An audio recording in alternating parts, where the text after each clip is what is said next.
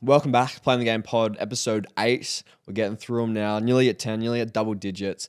The guest we have on today has over 200, no, more than that. He has 265,000 on Instagram alone. He's racked up millions of views, and we sit down and talk about enjoying yourself and your journey, how to reflect on bad experience and turn them into positive experiences. And we just have a good chat about life itself. So you're going to love this one. Make sure you like, subscribe, comment, share, anything else that's going to help me get some more engagement. Hope you enjoy this one. All right, we're back again on Playing the Game Pod. We've got another guest this week in Chris Griffin. First, just want to thank you for coming on. Obviously, busy schedule, busy man, got your own podcast, good social media following. So thanks for making the time to jump on. Appreciate it, man. I think it was one of those things I put on my story earlier on this week. I was listening to a podcast that I went on someone else's pod, and I think it's so powerful going on the other side because you kind of, you're in the trenches so much and you're in the weeds and you're kind of learning all of these things and doing all these different things with your life. And then you never really get this opportunity just to challenge yourself and test what you've been learning.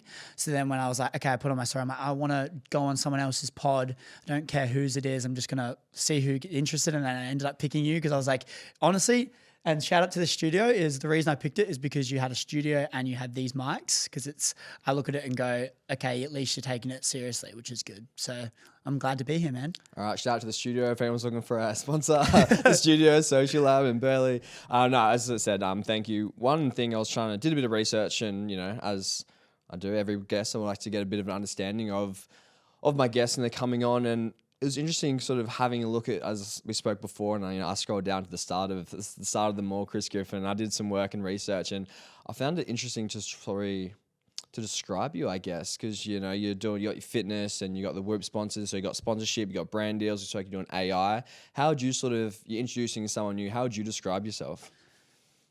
I'm a curious educator. I like that. That's me. I think what we do is we put ourselves in a box too much. Okay. We label ourselves too much. And the problem with that is that kind of becomes your identity. So the more broad your identity can be, the more open you are to things. I'm a podcaster. Mm-hmm. Okay, well, no, what are you actually? All right, I'm curious. I want to get to know people. I like conversation. I like educating. So I like learning and being able to share those lessons and teach other people. Okay. And then you kind of, when you look at that and go, even me elaborating, I'm a podcaster, is being curious about what being a podcaster actually means. So for me, I'm a curious educator. It's funny because I'm interested in a lot of things. I'm driven by a lot of things. There's certain things in my life that I want and I don't have yet. And so I'm driving towards those. And for me, it's just trying to make sure that path's fulfilling.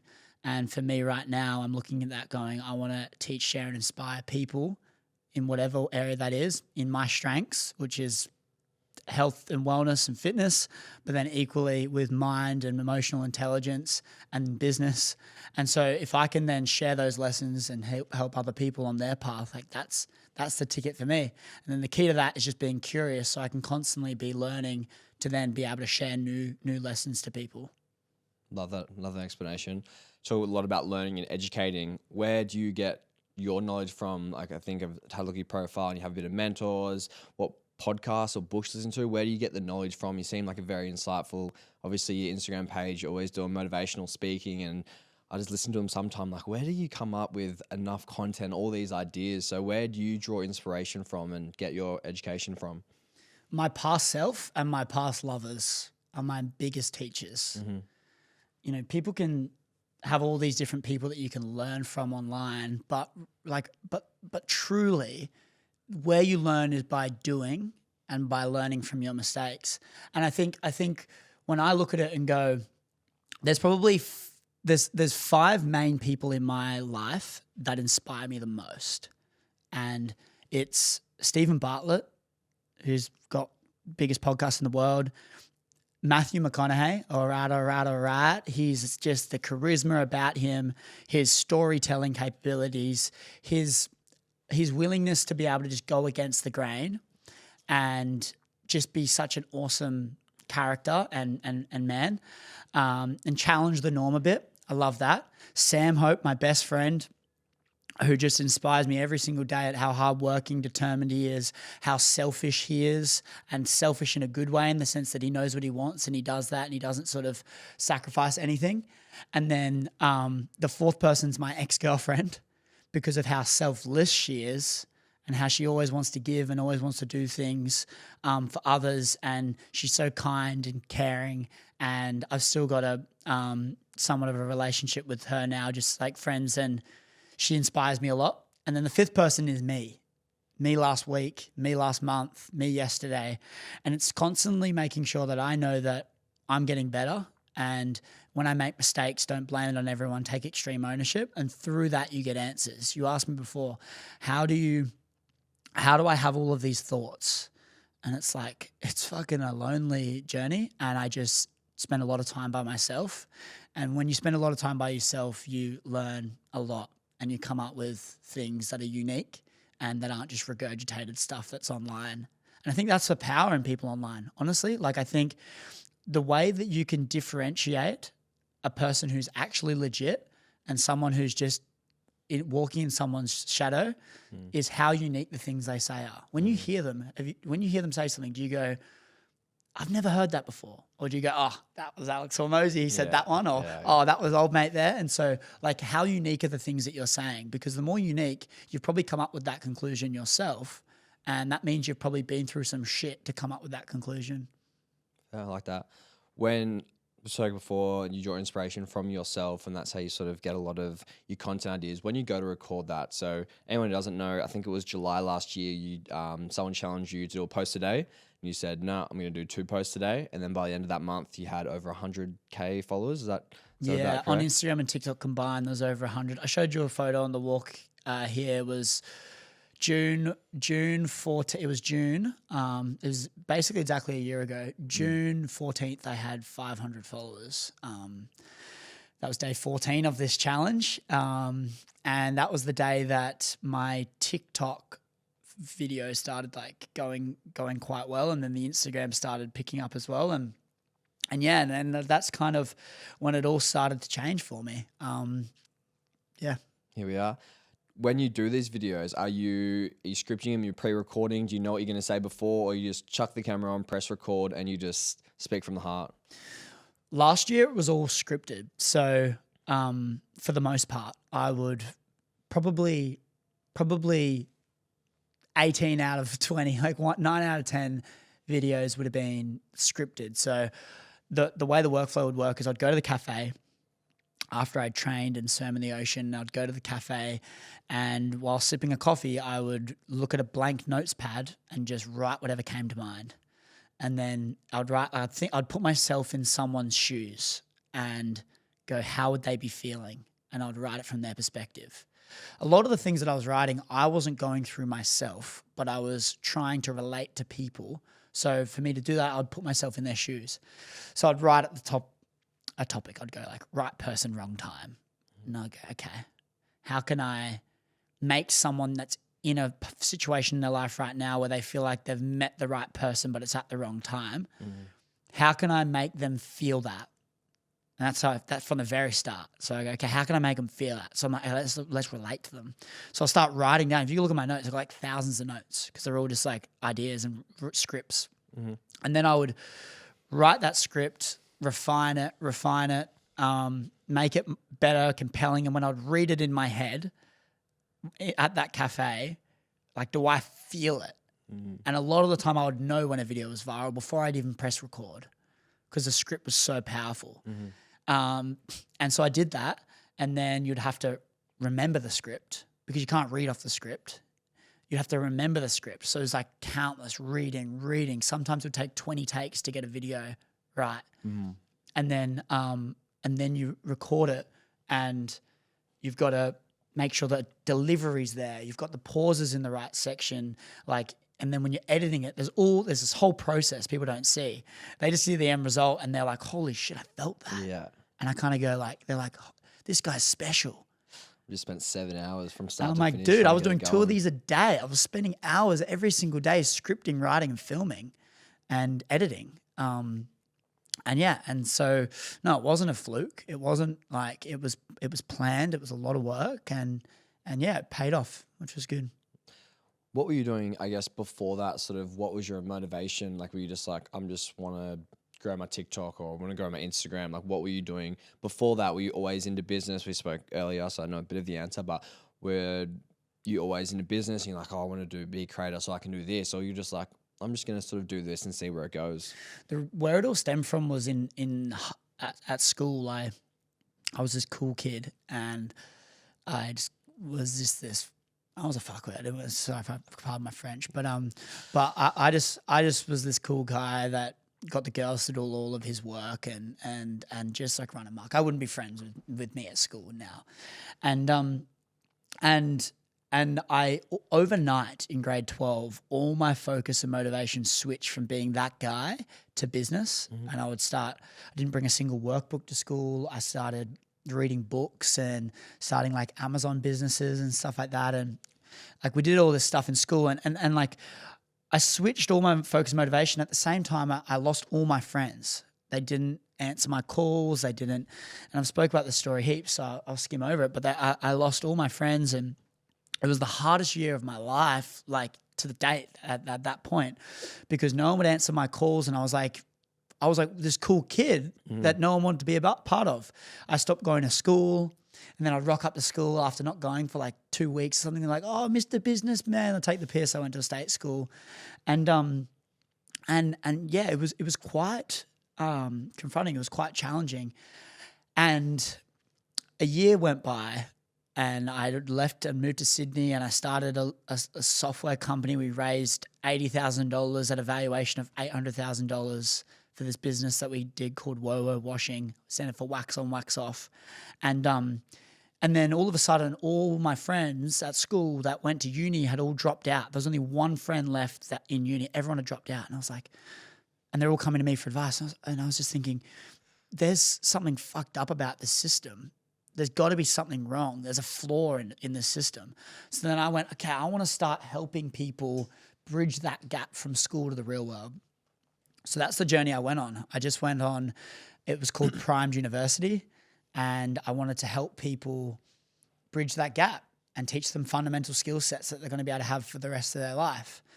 And I started posting some content. And as you saw, it was shit. I had the ring light on. My eyes were like fully opened, and it was horrible, but I did 100 videos like that, and I gained like 200 followers. That's it. And then I did that for like a year, and then I fast forward to this time last year when I started doing that 2 videos a day, and it was an emphasis on wanting to help people, and it all started with helping people in those final years of school. It just so happened to be that the content changed based on what I was going through in my life. So I went through a breakup. I started learning about, I looked within, blamed it all on me. Even if it wasn't my fault, it was my fault. And I started learning all of these things about relationships, and I thought, let's share these. So then I shared about relationships. People seemed to like that, and that took off. And so, yeah, there's an emphasis on helping people. And it just, the more it grew, the more feedback I got, the more amazing messages I got, the more I got stopped on the street, the more I realized how important impact was. And yeah, that's kind of where it is today. Yeah, cool. You touched on briefly there about environment, and I've spoken to a lot of guests on here actually about environment, how important. I know Morgan Nelson was on your podcast, and he has the I think he's called the Dream Out Loud method. One of the things he wants, the chapter in his book wants to be about environment. And then you spoke about how, you go through this period of growth, and all of a sudden all your friends are sort of pushing you away, and how hard it is to sort of, I feel like my friends aren't pushing me away. I love my friends in that, but me at the moment, I'm trying to sort of like get to that next level, because I guess me and my friends don't share the same goals, and we don't have the same vision. So how important did you find environment, and who did you find that sort of helps you go from, I guess, Primed University, the 500 followers, having those business deals and raising money and things like that? It's so important. Like it's everything. Like there's all those sayings out there. You're the sum of the 5 people you hang around. If you're in a room with 5 wankers, you're the 6. Yeah. There's all of them. I've said them all time and time again. I posted a story today literally about this. Someone said in the question box, they said, how do you grow when your friends don't want to grow? And my response was, you get new friends. And it's not something you want to hear. And it's not an easy thing. And you love your friends, which is like, yes, you love your friends. But the thing about it is if they're not willing to grow, you can't carry them up with you. It's like as the tide rises, all the boats do too. The people around you are so important. And like that thing around being the worst in the room is literally the best thing you can possibly do in any area of your life. And for me, like what took from 500 to the place I'm in now is not the people around me. That was just pain and things I was going through. And my back was against the wall. And because I have such a big driver of where I'm trying to get to and what I'm running away from, I had to make it work. And like when you have to make it work, it's not like a nice to have, it's a have to have.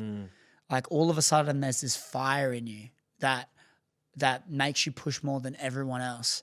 And I guess because I've been through so much shit right now, it's like I'm beyond what anyone thinks. I don't really care about anything else but what I'm trying to do. And with that becomes this fire to level up. And if people don't want to come along that journey or they want to grow but in a different way, it's completely fine. And I think friends are an interesting one because on this journey, your friend groups change a lot, at least for me. And it's hard. And it's like these friends are just in there for a season of your life. They're just a chapter of the book, not the whole thing. And it's really hard because you spend all this time growing these friends and then you lose them, even if you don't want to lose them. And it's part of the process. And it's a hard one. But I think as long as you're growing and you're investing into you and you're building that beautiful garden, then all the butterflies will come to you. Talk about having different chapters of your life and life's the biggest teacher. Do you have any, I guess, could be one moment or multiple moments in your life that at the time you're like, man, this is horrible, I'm rock bottom, but you look back and it's probably like one of your biggest blessings? Do you have any moments like that you can recall on? Every single one of those moments is the biggest blessings. Like take the breakup with my ex, for example. Like she literally changed my life. Like think about it for a second. I went through a breakup. I went through a breakup and I'd quit my job. I had a negative bank account. I had a credit card with $15,000 and I'd spent $1,500 of it. And I was like, okay, I got 13.5 grand. My expenses were $1,000 a week. I got 13 weeks runway to make it fucking work. I was heartbroken and I started learning about relationships. So then I invested all this time in unpacking about myself and figuring out where I went wrong and just trying to find answers. I shared those lessons. Within 30 days, my life had completely changed. Literally completely changed. If she didn't break up with me, I probably wouldn't have this audience right now. Like think about that for a second. This was a year ago. Like a year ago. Like life's fucking amazing now. Don't get me wrong, it's hard. But like you were at my house earlier. It's like I've got it pretty good now and I'm blessed. But that was like a rock bottom. This girl was like, I didn't think girls like this existed. I literally looked at her and was like in shock at how perfect she was. And then I lose her and I go, what the fuck? Like, is there something wrong with me? Like I've messed up here. What am I supposed to do? I quit the job, nothing, back against the wall. Like that's a low time. And it literally slingshotted me forward to the point where I could never imagine, like hundreds of millions of views, bunch of money, bunch of audience, being able to make an impact, like getting stopped on the street and saying you've saved their life is not something they say lightly. Like I was just a fucking sad, heartbroken person a year ago that didn't know what to do. And things can change like that. And they do change like that. And I think it's such a powerful message for anyone in a rock bottom. It's like, use that as fuel. I like that. I think I saw a quote online the other day and it was, your life changes overnight. It just takes many years to get to that night. And I think that's sort of, I took that from that is like, you just don't know. And like, you talk about how hard the breakup was, but you say, look at you now, and you're obviously doing well, and that's so cool to see. I want to sort of touch on, you talk about when you were in year grade 12 and you started these businesses, and I feel like everyone in the business world has had the drop shipping or FBA or anything. What was your first sort of business that you tried to get into? Just before that, you just mentioned about that overnight thing, like this concept around overnight success of like, of I don't know, like you have to go through all of that shit and then boom, and then it all happens. And it's the same for everyone. I did a podcast yesterday, and this guy, Jogo, a Brazilian guy, he told me this story about the Chinese bamboo tree. And I'm not sure if you've heard of it before. Tell me. But the Chinese bamboo tree, it's a tree that you plant, and you can water it every single day, and for 5 to 6 years straight, it doesn't grow at all. It doesn't grow at all for 5 to 6 years straight, looking after this thing. And then at this point in time, within 6 months, it grows to 10 feet tall. in 6 months. So every single day, it's growing like half a meter every day, or something crazy like this, every week or whatever it is. I forgot the exact stats. I could be butchering it. But it's such an awesome thing to look at, this Chinese bamboo tree, because that's life. Like, people look at overnight success and they kind of look at all these people that just blow up out of nowhere. And the thing is no, it doesn't happen like that. It really doesn't. I moved out of home and shared a bed with my best mate for 3 months straight with a merged bank account because we were just trying to make it work in lockdown at 17 years old. Like, and then from then to 22, you got slammed on your face time and time again. We had to walk into investors' boardrooms and say, we're hanging up the boots of this business, and lost all your money. And like, having to do that when you're not even old enough to sign company documents, you have to get your parents to. Like, yep, you go through shit. And no one sees any of that. Like, no one really scrolls down to those first videos that you did. Like, no one does that. They just see me polished on a video now, and they see how easy it is to flow in videos now. You said just before about like the creation of the videos. Like, now that last year I scripted them all out. Now when you see a video of me in a car, I'm going in there and I'm just fucking pressing play, and I'm just off the cuff doing it. And that's because I've done thousands now. I've done so many. But yeah, like this whole thing around like the part of the iceberg that's below the water, the time no one sees, is like the most important part. It really is. People just miss it. They just see this highlight reel. But yeah. I think in the podcast the other day with Morgan, you did mention, he sort of asked you the question, was like, if you had everything you ever wanted right now, would you be happy? And your response was, yeah, for 3 months.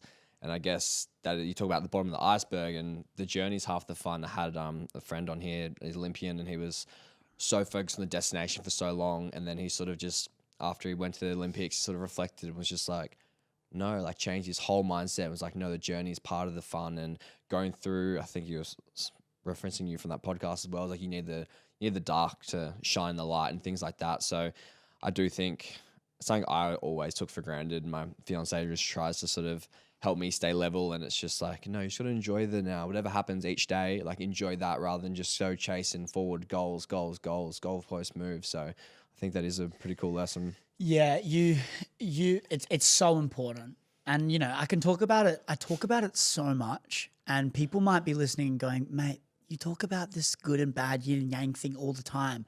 But the reason I bring it up so much is because of how important it is. You can't hear it enough times. Like, you need to understand that life is not all sunshine and rainbows, and it can't be. It's wishing for a lie. Like, you can't have only sunny days, because then there's droughts and we'd all die. Yeah. It's like people want these amazing times, but they don't understand that the price tag to have that amazing time is the shit that you have to go through. It's like it's as simple as that. Like that. There's nothing else that needs to be said. But for everyone that just is going through shit, understand that this is the thing that is going to make the good great. and using that as fuel and laughing at. Like, even an example, I'm at this point now where I go through some stuff that is just ridiculous. And the thing is that gets so exciting about it is I'm like, the story is getting even better. Like, this story is awesome. Like, when I write this book, I'm going to be able to add this in. And that's going to be this part of this roller coaster that I'm taking people on in this book. And they're going to go, holy shit. Like, he was doing that. Last Friday, we launched Coach More, the AI business I've been building, to our first coaches audience. And we had an automation set up. So we collected emails, and there was 2,000 people on a wait list to join this program that we've been building. There was 2,000 people on a wait list, and the automation didn't work. So it didn't let me export the contacts. I couldn't export the contacts from the software we were using. So from 7 p.m. or 6 p.m. till 2 a.m., me, Sam, and Josh were in the office, as well as 3 of our offshore team. There was 6 of us for 5 hours straight, manually tagging 2,000 contacts and sending them out this message about it's launched and gone live. And we're in the office here in the trenches doing this manual stuff. Like, and there's a video, I set up the camera, there's a video of us doing this. I set it up for like 30 minutes, it was recording, and like a sale would come in and we would hear like, it would get the notification, be like a ding, and like all of us would stand up and go, yeah! It was like a $29 sale. And we're manually sending these out to all these emails. And like, that sucked. I fucking hated it. But now I look at that video and I go, we're gonna be worth $1 billion, and we're gonna look back at that moment, and that's gonna be the shit that actually matters. Yes, it was chaos in that moment. Yes, I did not enjoy that. Yes, I was hungry. Yes, I was tired. I was in there from 5 a.m. and I was there till 2 a.m. and I did not post about it. No one saw this shit, right? And like, yes, it was fucked. But that moment is like I could not help but laugh because of how amazing that's going to be to add that to my book, add that to the story. I love that perspective. Similar, not really similar, but story. Went to a conference, a One Life conference, and Simon Beard was speaking. And obviously you had him on your podcast. Yeah. And one of the things he talked about is he had a Black Friday sale. And so one of probably the biggest days of the year for him. And they went out and they overstocked some products, like a lot of products. So they had hundreds of thousands of people who they didn't have product for. So he's sitting there and he's just like, fuck, this is huge. This is huge. Like, what do we do? And he flipped it and he sort of talked about getting to this state. So what they did is they emailed everyone and said, hey, look, this product's unavailable, but we're going to give you this much credit. And then what everyone does, because they have this much credit, they end up spending more. So from that sort of thing, people went and bought more product than they had originally got, just by him sort of changing his perspective and be able to change his state of mind rather than go, oh no, this is the worst, like stuff it. He's like, no, how can I make this a win? How can I change perspective into something that's going to benefit me? So I thought that was a pretty cool solution oriented. It's just like, okay, it's happened now. What can we do? Like, focus on the things that we can control. Yeah. Simon Beard, going back to that man there, is like going back to what we're talking about being unique. He is going to blow up on social media. And the reason I know this is because when he says stuff, you've never heard that before. Like, I think it's the most important thing with people on social media. How unique are you? He says stuff and I go, yes, he's on the spectrum a bit. He's all over the shop. But he says stuff that I've never heard before.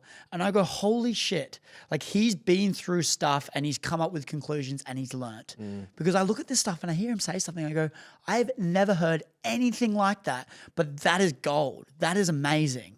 And for him, I'm so inspired by that. I said that to him on the pod. I just go, mate, like how unique you are is going to get you so far in life. Like, you're just so you just have this amazing ability to come to your own conclusions, and I can tell they're your own conclusions, and that's powerful.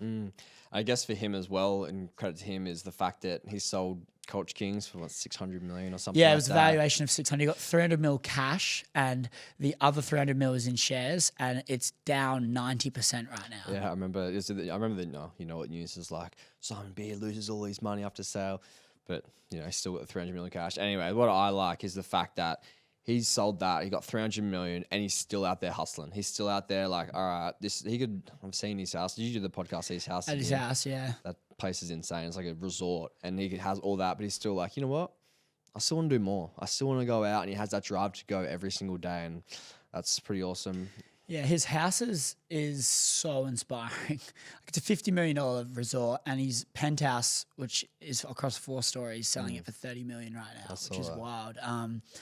And like it's really cool to see. He's got so much stuff behind the scenes that he makes a lot of money from. Like people don't like. I reckon he'd be nearing he's a billionaire.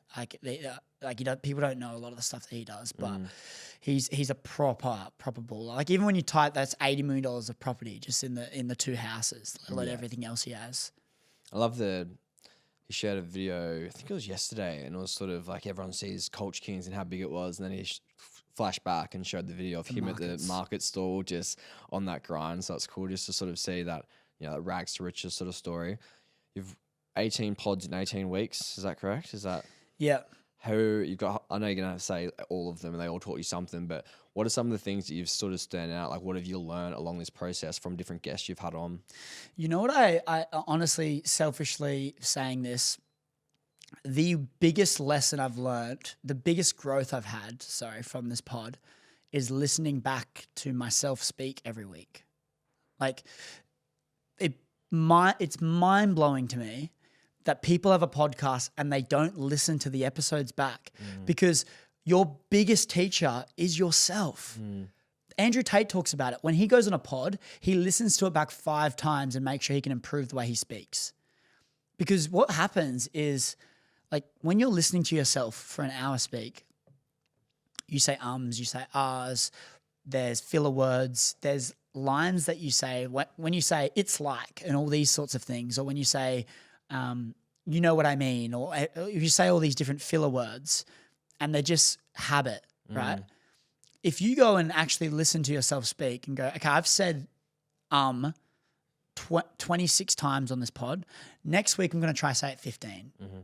And then you get to the next week and you do it and you go, oh shit, I said it 11 times. Right? Next week, I'm going to try say it under 5 times. And then you do that and you go, oh, I said it twice. And then by the 4th week of you listening back and trying to remove that filler word, it's not even in your vocab anymore.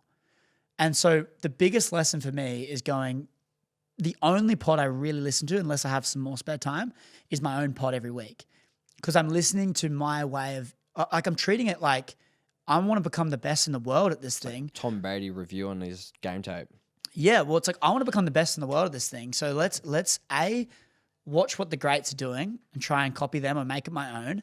And B, make sure I'm improving every week. And the best way to improve is by listening to yourself. And there's so many lessons from so many different guests, and there's so many different guests that their character's so different. You got people like Simon, who is he's so technical and he's so like creative and he's so entrepreneurial. He's got this grit in him, and he could lose everything tomorrow and he'll build it back up in a year, and you can see that in him. Yeah. But then you've got people that, just really creative and in touch with nature, and they go, I could lose everything tomorrow and it would be a sign of relief. And I go, that's really interesting. And then you got people that are just really spiritual and really in touch with like a higher power, and you kind of look at that and go, like that's awesome. And so I think it's not like, it's being able to take different parts from different people and try and apply that to your life to kind of build this awesome video game character. And that's what I love. That's a cool way to put it. Which video has had the most views? Podcast related or personal? Yeah, podcast. Yeah, podcast was the Bradley Drybro video, which was about his cystic fibrosis. So yeah, that got like 19 million views on TikTok. Yeah, right. The one video, like short online. Yeah. But the podcast itself, the most downloaded podcast is the Dean Lucas one, which is he owns The Nest in Burleigh, and we just had a raw conversation about relationships and heartbreak, and that went really viral on social media too. It had like 3 or 4 videos over 1 million views, and that's like sitting on like 10,000 downloads or something itself on Spotify, which is insane. And so yeah, like that's probably the 2 biggest ones. And then I guess you sort of answered it. Why do you think? Do you think because it was so raw that people really sort of felt with it and felt compelled to watch it? Do you think that was probably the main reasons of it going so well? I think I know how to make a good clip, and people don't see it. They really don't understand. But like the clip that got 19 million views, that was a 9-minute conversation that I cut down to a minute 28. Like that was a story that went for 9 minutes, and I cut it all the way down to a minute 28. So I cut out all the ums and ahs, all the spaces, all the parts of the story that weren't engaging. I formulated the whole clip so that the guest sounds like an absolute beast speaking. And I do that with every clip I post. Yeah. And again, when we spoke about earlier at coffee, is like there's a massive difference between good and great. And I'm not settling for good. And so you look at that clip and go, I look at that and go, holy shit, that is crafted. That's like a piece of art. No one sees it. It's like, what audio are you using? Is it captivating? Is it making them feel something? Is it inspiring them? Like, is it relating to them? All these factors you got to play into mind.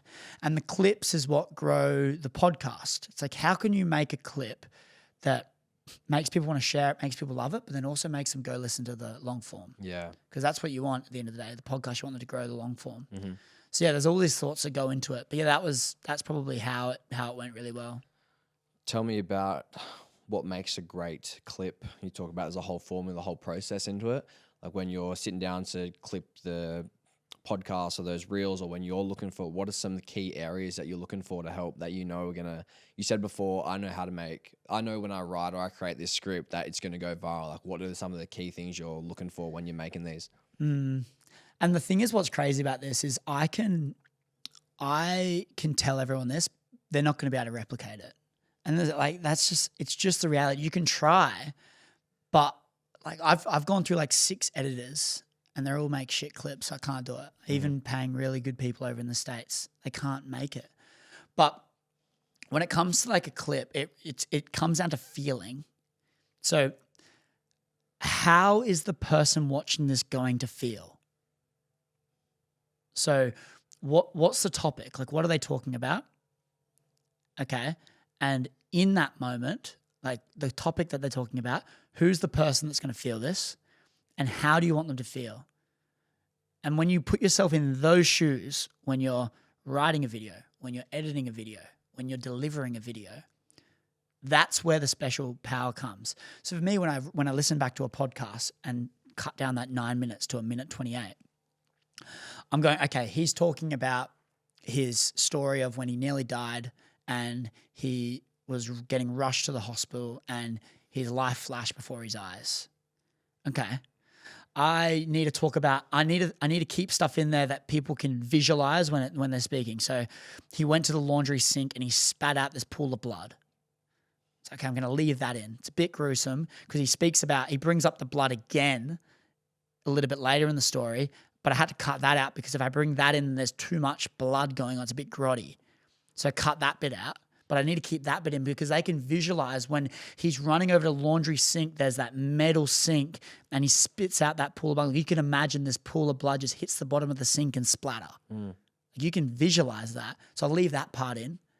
And then it's like, okay, what part's really engaging? And then it goes, the minute he sees it, like my dad looks over, the minute he sees it, he calls the ambulance or whatever. He's like, but then we realized that the ambulance couldn't come in time because by the time they came, I'd already be dead. The hospital's only a 10-minute drive away. And so I'm like including all of this part because then they're like, oh shit, like, is he going to make it to the hospital? And for some reason, all the comments in that video go, is he dead? But he's speaking the story. It's crazy to me. Funny place, isn't it? But anyway, like where I'm getting at here is I go like, how are people going to be feeling? All right, that emotion, like I want their bumhole to be squinched when they're like, what's happening here? Yeah. And then also feel a bit emotional, like, oh shit, like that's such a hectic story. But then like a right person, wrong time video, it's like, I want them to feel it. It's like right person, wrong time. Like that feeling when you meet the right person at the wrong time is one of the hardest feelings to go through. And it's definitely not spoken about enough. And instantly they're like, oh shit, yes, that's me. and it isn't spoken about enough. I don't know where to go to help me with this feeling. And it's like the chemistry you have together, unmatched. And they're going, fuck, it is unmatched. It's like you really like this person a lot. Delivery. It's like you really like this person a lot, but you know that it's just impossible for you guys to be together right now. Circumstances just don't allow it. And so then they're like, I'm taking them on this journey. And you go, but you're in denial. You still have hope. And so like I'm taking them on this journey and I'm making them feel something. Tie that together with a really powerful audio that, again, like music makes you feel stuff. It's a recipe for win. That video's got tens of millions. That's got like 10 million views across platforms, you know? And so like it's all planned out. You say the audio. I was, as I was doing my research, I was sitting on the couch with my fiance and I was watching all your videos. I'm like, all right, going back. And I noticed that you used a similar same audio every time. Listen, not broken, don't fix it. Nah, 100%. So that's interesting. I was going through it. I'm like, he uses the same audio, but the audio it makes you feel. It's 100%, and that's stuck out when you said that. I'm like, you're right. Like I knew the audio, but then now you said that, just the way he makes you feel, and it hits. And then you think about it. Like sometimes I chuck videos up and talking and whatnot, but then like if you don't have the right audio, it's like you don't deliver the right message. It's like, oh yeah, what you're saying is cool, but like the delivery is so important. When you listen to it, how do you feel? Like when I listen to a video I make and I don't feel anything, I've not done it right. It's not good. I'm not happy with the vid. I've got to change the audio. I've got to change the zooms. I've got to do something with it. Like, and mind blows me when someone's talking about something emotional and they've got like a rap music in the background. It's like, what do you expect, dude? It's not going to work. Yeah. Interesting. I want to talk about, because when I started this podcast, it was very athletes into business, but I sort of want to branch out and like they're playing the game in either business or sport. And we spoke before, which I wasn't aware of, they used to be in the Suns Academy, played a bit of AFL. What lessons did sport teach you to help you sort of carry on later in life? So many lessons. Like I honestly attribute so much of my success to playing competitive team sport, because team sport teaches you how to work as a team. You need to be a leader. So it teaches you leadership and what does a good leader look like. It teaches you hard work and like being able to, like the man in the stand, like put in all those hours when no one's watching. Like it teaches you all of those things. It teaches you loss. Like when you lose and it sucks. Like if I didn't go through losses or not making a team because I was too short or something like this, which happened time and time again, like who knows how I would deal with some of the hard stuff today. And I think hard's only relative to what you've experienced in the past. And I genuinely think that sport is one of those things that you devote your whole life to, especially at a high level. Like I was the captain of the Suns team, academy team.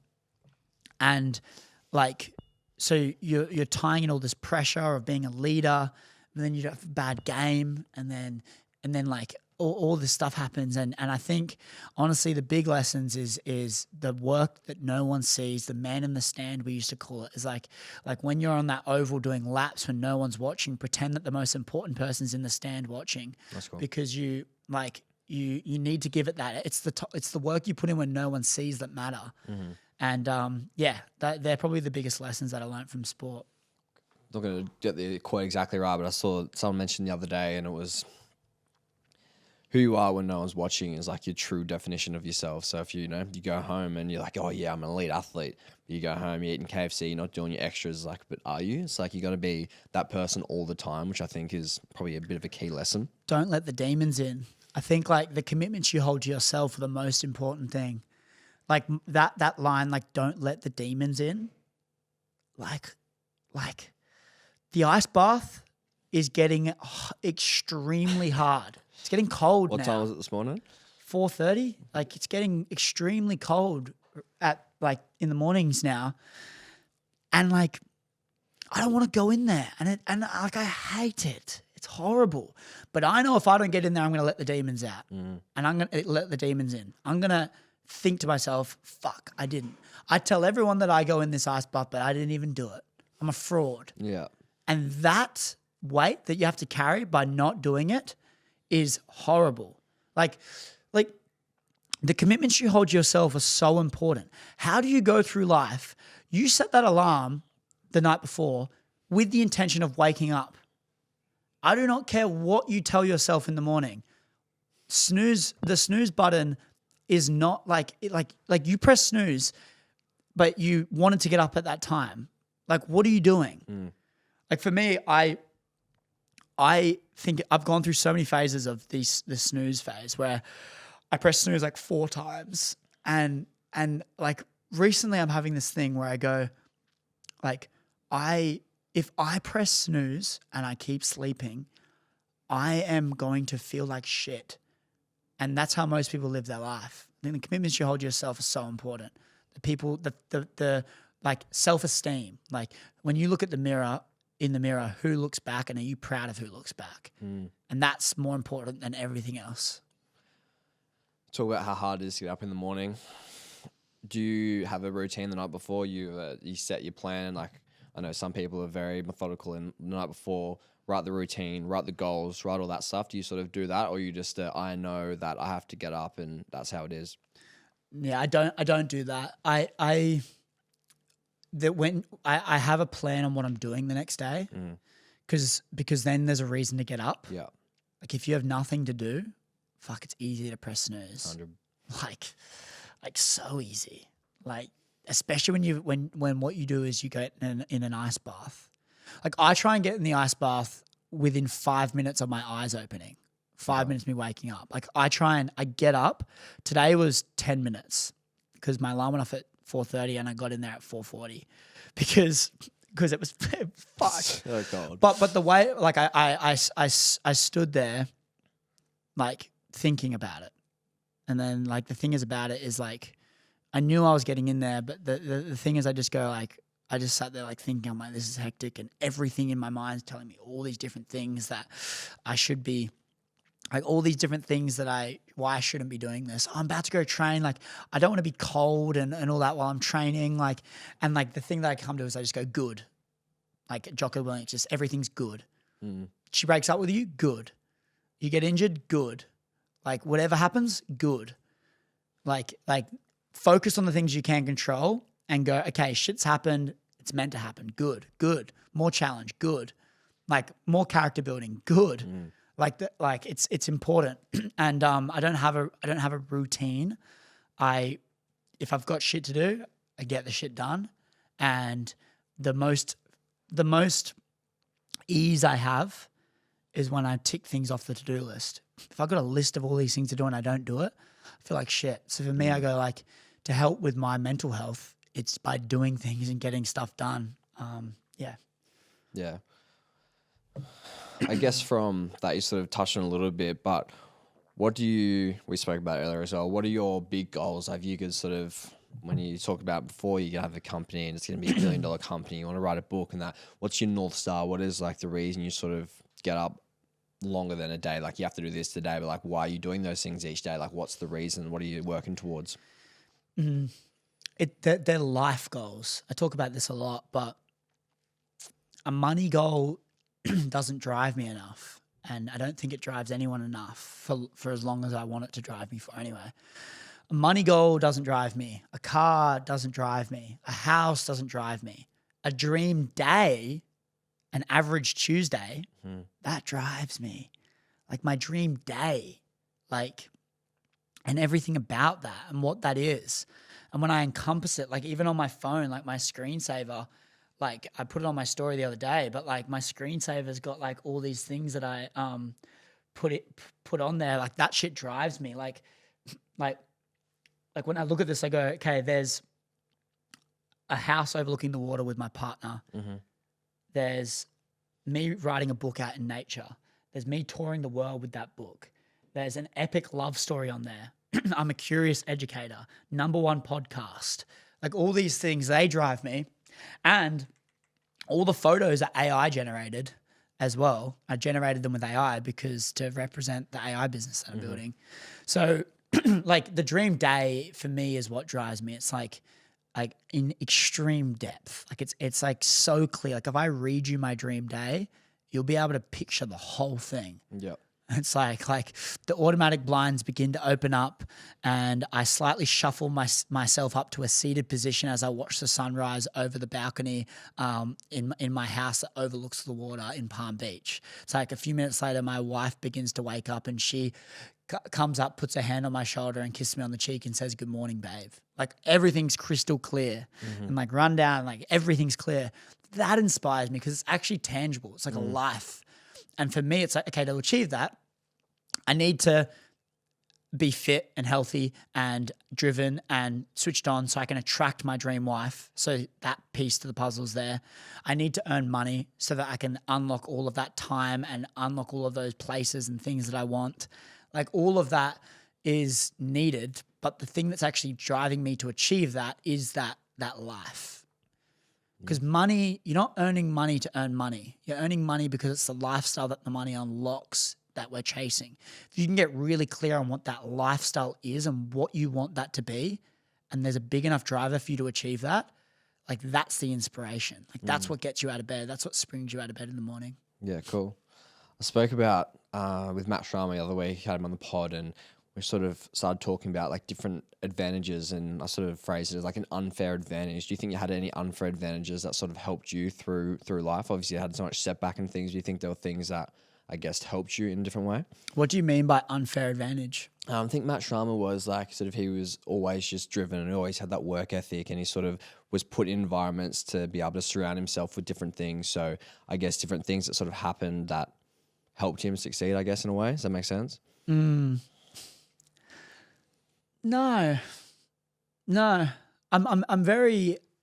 I'm blessed with my ability to. It's an interesting one. I don't know. I think your delivery of, don't know if this is or not, just as my perspective, your delivery and the way you speak, and even when you before, you could see just the way you deliver emotion. Is that something that you were always very charismatic, or do you think that you just worked on it over and over and over again? I was very charismatic, but that doesn't mean that I can deliver it very well. Okay. Like if you look at my first vids, Yeah, they weren't like that.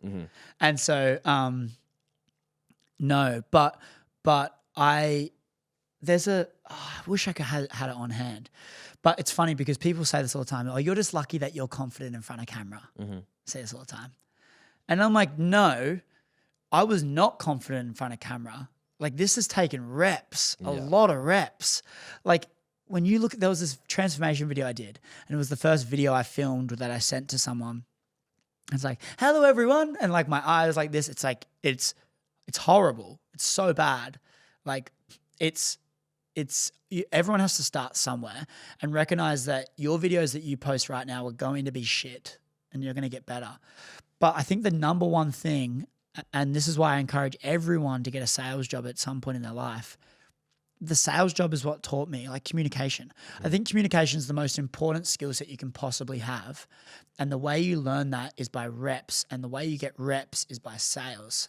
And understanding that, like a rep game in sales of being able to cold call and get shut down and have in-person meetings and close and ask for money and have influence. Like sales is so important because sales is just communication, and communication is life. Like you need to be able to communicate. For me, I take it back to the sales jobs that I've had, and that's how I've learned. And then off the back of that, the delivery comes from sales as well, but by doing reps and getting better and better. And then, tonality is a lot of that in the delivery, and I learned that in sales. I've spent a lot of money on sales training and communication skills. And so getting better at that gives you a lot more ability to influence. And influence it's a really positive thing because you can influence in a bad way or a good way.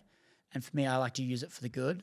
And in every area of my life, in relationships, like you're selling every day with everything you want to do. Like what's for dinner tonight with your partner? Like it's all sales. It's just like, it's such a negative connotation, the word sales. But I like to just reframe it, and it's just communication. That's all sales is. Do you said before when you were young, you used to be a seminar junkie and go to them all. Are you still upskilling yourself? And if so, like how are you sort of upskilling yourself? I'm very selective with it. I don't really go to, if I need to get better at something or improve something, I'm not going to something for the sake of it. Yeah. So like when it's more relative to me, like I'm reading books that are relative to my life. Like go through a breakup, read The Way of a Superior Man. Like all of like that's like Need to Fail a Business, read The Dip by Seth Godin. Like it like tells you when you should exit a business or when you should close something down or keep going. Yeah. Like I read stuff that's specific to what I'm going through because too often we can just have information overload and learn all this stuff and not apply anything and you get nowhere. Yeah. I think the way you learn is by doing, and all of the resources that we have access to in nowadays is how we can expedite that growth process. Yeah. All right, getting towards the end. What is the future for you? What do you see in the next sort of 6 to 12 months? What are your goals? What are you working towards? I want to start writing the book. I just did a retreat and like it just kept coming up. Like #1 podcast, trusted voice, write a book, tour the world, have this physical thing in my hand that people can change their lives with. And like it's the most inspiring thing for me right now. Just keeps coming up. Just like I just want to fuck off in nature and write a book. I told you this on the walk down the cafe. I don't know where it's coming from, but I just like impact for me is so important.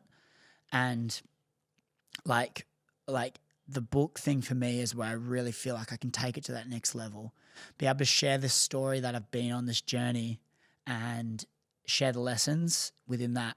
I want it to be called You're Too Young, and it's just beating that stigma of you're too young to do things. And for me, the next bit of time is growing the podcast, keeping that growing, getting some amazing guests on, traveling around the world and interviewing some awesome people around there, and write the book, and then through that get on some awesome podcasts as well. Like I want to go on Diversity, I want to go on Chris Williamson's Modern Wisdom, like I want to go on all those pods, and I think the book will help me unlock those opportunities. Yeah. And just keep growing and sharing and educating and inspiring people to live the lives that they truly want to live. Love the mission, love the drive. Obviously, it's starting to pan out for you and you got these big goals. If you could go back and tell a 17-year-old self, what advice would you give him? Keep going and challenge the norm.